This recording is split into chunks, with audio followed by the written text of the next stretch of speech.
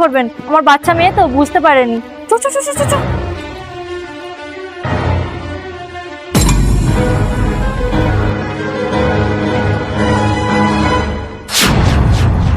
তোমার মেয়ের কাণ্ড দেখেছো? একটা লোক নামাজ পড়তে যাচ্ছিল, তার গায়ে রং দিয়ে দিয়েছে।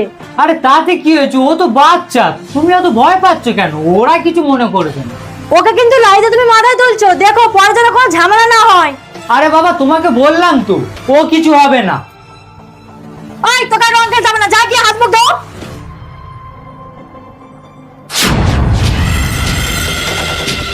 এই বাড়িতে কে আছো? কে রং মাখালে আমাকে? বাইরে এসো। দাদা বলছি, আমার মেয়ে তো খুব ছোট, ও ভুল করে আপনার গায়ে রং দিয়ে দিয়েছে, আপনি দয়া করে ওকে ক্ষমা করে দিন। হ্যাঁ দাদা, আমার মেয়ে খুব ছোট, ও ভুল করে দিয়ে ফেলেছে, আপনি ক্ষমা করে দিন। আপনাকে বললাম তো, যে রং দিয়েছে তাকে বাইরে বার করুন।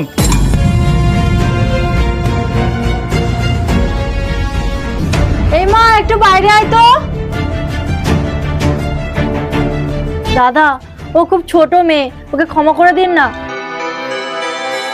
আমি জানি ও খুব ছোট মেয়ে, তাছাড়া বাচ্চারা তো আল্লাহর আরেক রূপ, এটাও জানি ও না জেনেই আমাদের গায়ে রং দিয়েছে। আসলে তখন আমাদের হাতে রং ছিল না, তাই ওকে মাখাতে পারিনি। আপনারা যদি অনুমতি দেন তাহলে আমরা একটু ওকে রং মাখাবো।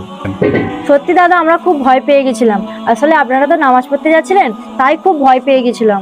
না না দিদি ভাই, আমরা নামাজ পড়েই ফিরছিলাম। কিন্তু মা, তোমাকে একটা কথা বলবো, যারা নামাজ পড়তে যাবে তাদের গায়ে রং দিও না, কারণ ওরা তো একটা পবিত্র জায়গায় যাচ্ছে। কি মনে থাকবে তো?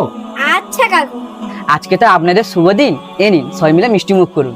আপনারা যখন আমার দরজা অব্দি চলে এসেছেন, আসুন না আমার ঘরে একটু আপনাদের পায়ে তুলে দিন, আর সবাই মিলে একটু মিষ্টি মুখ করা হোক। না দিদি ভাই, আমরা তো আসলে রোজা রেখেছি, আমরা এখন কিছু খেতে পারবো না, আমরা শুধু ওকে একটু রং মাখিয়েই চলে যাব। আপনারা শুধু ওকে রং মাখানোর অনুমতি দিন। ঠিক আছে, আপনারা মাখান।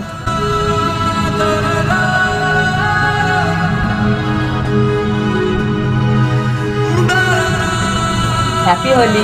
দিদি ভাই, এবার দাদাকে একটু রং মাখানোর অনুমতি দিন। দাদা ভাই একটু আসুন।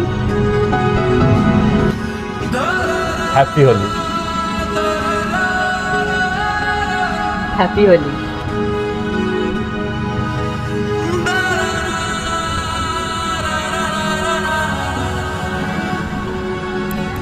মোরা এক বৃন্তে দুইটি কুসুম, হিন্দু মুসলমান।